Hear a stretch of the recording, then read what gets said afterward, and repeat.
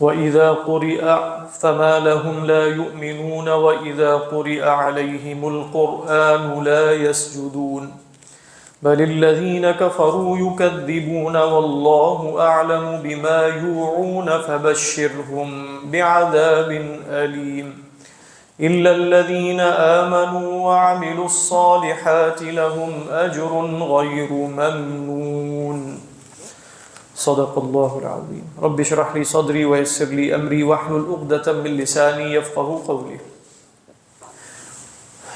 اللهم الہمنا رشدنا واعذنا من شرور انفسنا اللهم انفعنا بما علمتنا وعلمنا ما ينفعنا وزدنا علما اللهم صل على سيدنا محمد وعلى آل سيدنا محمد وبارك وسلم آمین یا رب العالمین۔ فرمایا فما لہم لا یؤمنون، پس انہیں کیا ہے، یعنی ما استفہامیہ ہے، فما لہم لا یؤمنون، ایمان نہ لانے میں انہیں کیا ملے گا، یعنی اس کا جو بامحاورہ ایک مفہوم ہے وہ یہ ہے، پہلے بھی ہم دیکھ چکے ہیں سورۃ الحدید میں کہ وما لکم لا تؤمنون باللہ، تو ما لکم میں مطلب ہے ای شیء لکم، اور لا یؤمنون اصل میں ہم کی ضمیر کا حال ہے، یعنی ما لکم لا تؤمنون ای شیء لکم فی عدم ایمانکم، تمہیں ایمان نہ لانے میں کیا ملے گا، تو یہاں بھی یہی فما لہم لا یؤمنون، تو پس کیا ملے گا انہیں ایمان نہ لانے میں۔ دوسرا یہ جو فا آ رہا ہے تو اگر ہم وہی تفسیر لیں تو بات زیادہ واضح ہو جاتی ہے کہ اللہ تعالیٰ فرما رہے ہیں انک کادح الی ربک کدحا فملاقی، اور اسی کی وضاحت اس طرح کر دی کہ لترکبن طبقا عن طبق، تو اب جب یہ بات طے شدہ ہو گئی کہ انسان حالت سفر میں ہے اور منازل وہ طے کر رہا ہے، اور منازل کا اختتام اللہ سبحانہ و تعالیٰ اور اپنی سعی سے ملاقات پر ہوگا، اس کے نتیجے سے ملاقات پر ہوگا، تو یہ سب باتیں گویا انسان کو آمادہ کرتی ہیں کہ وہ فوری اپنی اصلاح کرے، ایسا ہی ہے نا۔ تو فرمایا فما لهم لا يؤمنون، یعنی بعد ان عرفوا انهم في سفر وبعد ان عرفوا انهم سيلقون ربهم وبعد ان عرفوا ان قدحهم سيستمر حتى الموت فما لهم لا يؤمنون، تو یہ سب باتیں جاننے کے بعد ایمان نہ لانے کی کیا وجہ ہے، بات سمجھ میں آ رہی؟ یہ ہے اس کا مفہوم۔ تو اگلی آیت بھی دیکھیے بالکل اسی کے موافق ہے کہ جب یہ سب باتیں معلوم ہو گئی تو فوراً سر تسلیم خم کر دینا چاہیے۔ بات ہے وَإِذَا قُرِئَ عَلَيْهِمُ الْقُرْآنُ لَا يَسْجُدُونَ، تو جب ان پر قرآن مجید کی تلاوت کی جاتی ہے، پڑھا جاتا ہے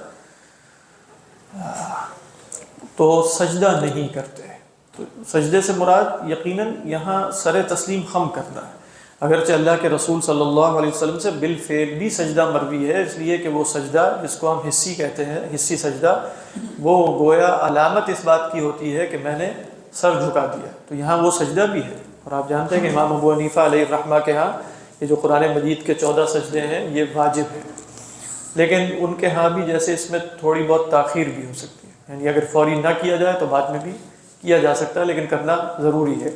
لیکن یہ بات ذہن میں رکھیے کہ یہاں اصلاً یہ نہیں ہے کہ بس قرآن مجید پڑھا جائے اور وہ سجدہ کر دیں تو بس تقاضا پورا ہو گیا، یہی بتایا جا رہا ہے۔ مراد کیا ہے؟ فما لهم لا يؤمنون واذا قرئ عليهم القرآن لا يسجدون، کہ جب قرآن مجید پڑھا جاتا ہے تو پھر اس کے سامنے جھکتے کیوں نہیں ہیں، اسے قبول کیوں نہیں کرتے، اس کے سامنے انقیاد اختیار کیوں نہیں کرتے، سر تسلیم خم کیوں نہیں کرتے، یہ مراد واللہ اعلم۔ تو اللہ تعالیٰ نے آگے بل کے ذریعے نا اس کی وجہ بھی بیان کر دی، جیسے بل الذین کفروا یکذبون، یعنی اصل میں وجہ یہ ہے، بلکہ وجہ یہ ہے کہ الذین کفروا یکذبون، تکذیب کر رہے ہیں۔ تو جیسے اس میں علماء نے کا اشارہ یہ ہے کہ آگے بالحق محذوف ہے، یعنی بل الذین کفروا یکذبون بالحق، یعنی بعد ان عرفوا الحق یکذبون به، حق پہچاننے کے بعد تکذیب کر رہے ہیں، یہ مفہوم ہے اس کے اندر۔ یہ نہیں کہ تکذیب کر رہے ہیں تو اس میں کیا جواب ہوا، تکذیب تو وہ کر ہی رہے ہیں، یعنی تبھی تو کہا جا رہا ہے نا فما لهم لا یؤمنون، تو اس کا مطلب ہے تکذیب کر رہے ہیں، تو اللہ فرماتے ہیں نہیں بلکہ وہ تکذیب کر رہے ہیں۔ بات سمجھ میں آ رہی ہے کہ نہیں؟ تو مراد یہ ہے کہ وہ تکذیب کر رہے ہیں معرفت حق کے بعد، یہ نہیں ہے کہ وہ ایمان نہیں لاتے، تو ایمان نہ لانا اور تکذیب کرنا تو ایک ہی بات ہے۔ اس لیے آگے دیکھیے اللہ تعالیٰ کیا فرماتے ہیں، بہت خوبصورت، جیسے واللہ اعلم بما یوعون، اللہ خوب جانتا ہے کہ اپنے ظرف کے اندر، اپنے برتنوں میں، اپنے کنٹینر میں کیا بھرتے ہیں. یوں سے مراد سینہ ہے اصلا. یہ جو اوعا یوعی ہے باب فعل سے، اسی طرح باب ضرب یضرب سے آتا ہے وعا یعی وعیا. اس کا مطلب ہوتا ہے کوئی بات اچھے طریقے پہ سن کے دل میں محفوظ کر لینا. جیسے ہم نے پڑھا تھا سورۃ الحاقہ میں وَتَعِيَّهَا أُذُنٌ وَاعِيَةٌ، کہ بھئی جو واعیہ اذن ہے وہ اچھے طریقے پہ اسے. اسی لیے آج کل عربی زبان میں جس کو ہم شعور کہتے ہیں، اردو میں کہا جاتا ہے نا شعور، کانشیسنس یا اس طرح، اس کو عربی میں وعیٌ کہتے ہیں. وعیٌ کا مطلب ہے کہ وہ شے جو انسان کے سینے میں ایسی موجود ہے کہ جس کو وہ جانتا ہے. یعنی پریزنس کی حالت میں کوئی شے اس نے اپنے اندر رکھی ہو، وہ کیا ہے؟ وہ وعی ہے.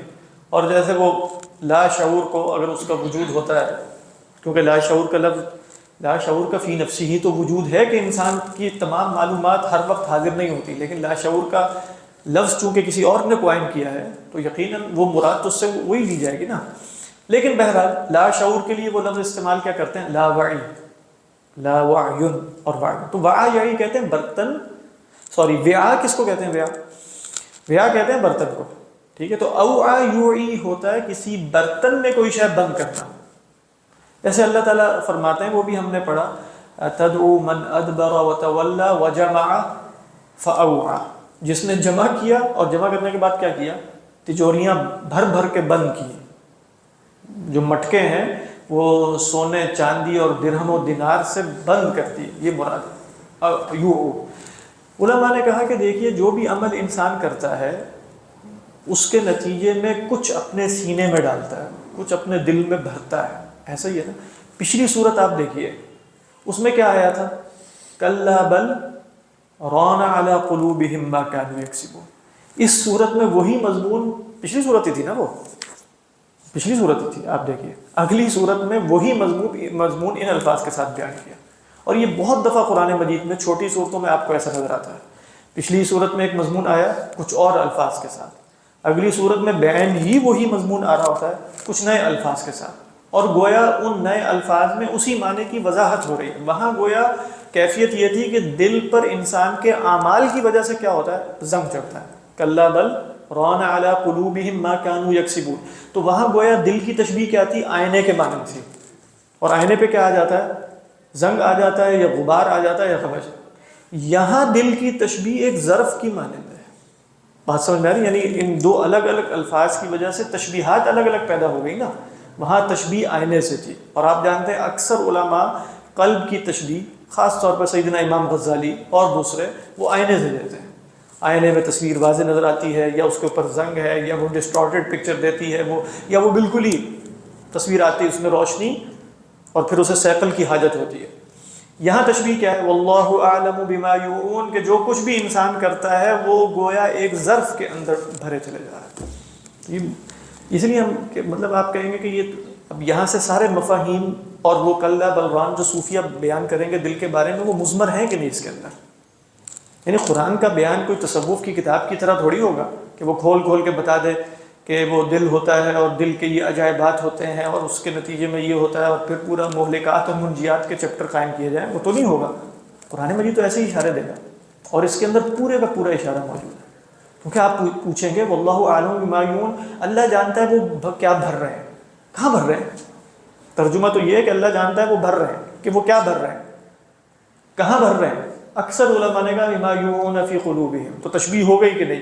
کیونکہ لفظ ایعا کے اندر دل کی تشبیہ اب وعا سے ہو گئی کہ نہیں ہو گئی؟ وعا سے ہو گئی. اور جب وعا سے ہو گئی تو اس میں چیزیں بھرتی کیسے ہیں؟ اعمال کے ذریعے بھرتی. سمپل سی بات. یہ لفظ کے اندر سارے مفاہیم ہیں، یہ کوئی باہر سے وہ ایڈڈ نہیں ہے. بعض علماء نے کہا کہ یہاں یہ بھی ہو سکتا ہے یوعون سے مراد کہ جو وہ مال و دولت جمع کر رہے ہیں. ممکن ہے، یہ بھی ممکن ہے. وہ پھر آپ اس کو یوعون کا جو مظروف ہے یعنی جس میں وہ بھر رہے ہیں وہ کیا ہوگا؟ وہ ان کی جیبیں ہوں گی، وہ ان کی تجوریاں ہوں گی، وہ ان کے بوریے ہوں گے، جو بھی ہے. لیکن زیادہ قوی رائے کیا ہے؟ واللہ اعلم بما یوعون، لان التکذیب جو پہلے آیا تھا وہ ان کے دل سے تعلق رکھتی ہے. تو اللہ فرماتے ہیں دل سے یہ تکذیب برآمد کیوں ہوئی ہے؟ اس لیے کہ ان کے اعمال کے نتیجے میں جو ان کے دل کی حالت ہے، جیسے پیچھے کہا تھا کلا بل ران علی قلوبہم ما کانوا یکسبون. کیا ترجمہ ہے حضرت تھانوی کا؟ اللہ کو سب خبر ہے جو کچھ یہ لوگ جمع کر رہے ہیں، لیکن میں اعمال بد کا ذریعہ. یہ بھی ٹھیک. لیکن اس میں بھی جیسے حضرت تھانوی علیہ الرحمہ نے یوں کا یہ تو بتا دیا کہ وہ جمع کر رہے ہیں کیا چیز، ظرف کیا ہے، کہاں جب، کیونکہ لفظ ایا کے اندر لازماً وعا کا یہ بھی اللہ تعالیٰ کہہ سکتا تھا واللہ اعلم بما یجمعون. لفظ جمع کے اندر ظرف کا مفہوم انٹرنزک نہیں ہے، یہ بات ذہن میں رکھیے، وہ جمع کہاں ہو رہی ہے کہاں نہیں واللہ اعلم. لیکن جب آپ ای بولیں گے نا انہوں نے نیچے کہ یجمعون فی صحائف اعمالهم، یہ بھی ٹھیک ہے، یعنی وہاں وعا جو بنا لی ہے وہ صحائف، لیکن اس سے بھی بہتر ہے زیادہ قوی، یہ بھی مروی ہے سلف سے، یوعون فی قلوبہم، یہ اپنے دلوں میں جو بھر رہے ہیں. بات واضح ہے. اللہ اکبر. دیکھیں یہاں انہوں نے کیا لکھا، یہاں فرماتے ہیں بما یوعون ای بالذین یضمرون فی صدورہم من الکفر والبغضاء فیجازیہم علیہ واصل الایعاء. دیکھیں یہ اصل الایعاء کیا بتایا، کہتے ہیں حفظ الامتعاۃ فی الوعاء. اصل میں ایعاء کا مطلب ہے متاع کا وعاء میں رکھنا، کسی ظرف کے اندر رکھنا. تو یہاں ظرف کا جو مفہوم ہے وہ اصلاً سینہ ہے. کمشکات فیہا مصباح، وہ ہم جب سورہ نور میں پہنچیں گے دیکھتے. تو فرمایا بل الذین کفروا یکذبون واللہ اعلم بما یوعون فبشرہم. تو یہ بالکل واضح سی بات ہے، فا جو ہے وہ اسی پر مترتب ہوگا نا، فبشرہم بعذاب علیم. تو انہیں خوشخبری دے دیجئے دردناک عذاب کی. الا الذین آمنوا وعملوا الصالحات لهم اجر غیر ممنون. ممنون کئی دفعہ گزر چکا کہ ممنون کا ایک معنی ہے من یمن بمعنی قطع یقطع، کاٹنا، ٹھیک ہے. تو یہاں غیر ممنون سے مراد ہے غیر مقطوع یعنی غیر منقطع. اور یہ معنی ہم نے وہاں بھی دیکھا تھا سورۃ المدثر میں ولا تمنن تستکثر کی جو بہت سی تفاسیر تھیں، ان میں سے ایک تفسیر کیا تھی کہ ولا تضعف، یعنی آپ پر جو تکالیف شرعیہ ہیں ان سے کمزور ہو کے منقطع نہ ہو جائیے گا. تو من یمنو کا ایک معنی ہے قطع، تو یہاں وہی معنی ہے. یہاں جو ہے وہ ضعف کا معنی نہیں ہے بلکہ انقطاع کا معنی ہے. لیکن یہاں بعض علماء نے کہا غیر ممنون یہ معنی ثانوی ہے، یہ صرف اللہ کا فضل ہے. یعنی وہ اللہ کا فضل یہ ہوتا ہے کہ جب اہل ایمان کسی شے کو اللہ کا فضل دیکھتے ہیں تو اللہ تعالیٰ اس کی نسبت ان کی طرف کر دیتا ہے. تو غیر ممنون علیہم کا مطلب یہ ہے کہ اللہ تعالیٰ جنت میں جاتے ہوئے اہل جنت سے کہیں گے کہ ادخلوا الجنت بما کنتم تعملون. تو یہ غیر ممنون ہے، یعنی لا یمن علیہم وان کان المن والفضل للہ علیہ کذالک. اگرچہ احسان تو اللہ ہی کا ہے الحمدللہ. یعنی عجیب بات ہوگی جنت میں، اہل ایمان جنت میں داخل ہوتے ہوئے کامل یقین رکھیں گے کہ ہمارا کوئی کمال نہیں ہے جنت میں پہنچنا، یہ سب خدا کا فضل ہوا. اور اللہ کی طرف سے انہیں کہا جا رہا ہوگا یہ تمہارے اپنے ہی اعمال ہیں. بات واضح ہے کہ نہیں. اور جہاں انسان یہ سمجھے گا کہ میرے اعمال ہیں تو وہاں کہا جائے گا کہ جنت میں چلے جاؤ، تمہارے اعمال کا پھر فیصلہ. وہ جو ایک صاحب کا قصہ آپ جانتے ہی ہیں، پھر ان کو واپس بھی بلا لیا جائے گا لیکن ان کو دکھا دیا جائے گا کہ اعمال کے نتیجے میں کوئی شخص جنت میں نہیں جا سکتا. لیکن یہاں غیر ممنون میں بعض علماء نے یہ اشارہ بھی کیا ہے کہ کیا مطلب غیر ممنون علیہم بدخول الجنت، یعنی ان پر احسان نہیں کیا جائے. اللہ تعالیٰ کہیں گے میں تمہارا ہی عمل ہے، تمہیں تمہارے عمل کی انما ہی اعمالها انما ہی اعمالکم احصیها لکم. جو حدیث میں آیا نا یہ تو تمہارے ہی عمل ہے، میں نے تمہارے لیے اس کو شمار کیا تھا اور تمہیں اس کی جزا دے رہا ہوں. بات سمجھ میں آ رہی ہے. لیکن زیادہ قوی مفہوم کیا ہے وہ پہلا والا ہی ہے، غیر ممنون بمعنی غیر منقطع و غیر مقطوع. یہی ترجمہ کیا گیا تھا جو کبھی موقوف ہو. ہاں وہی جو کبھی موقوف نہیں ہوگا.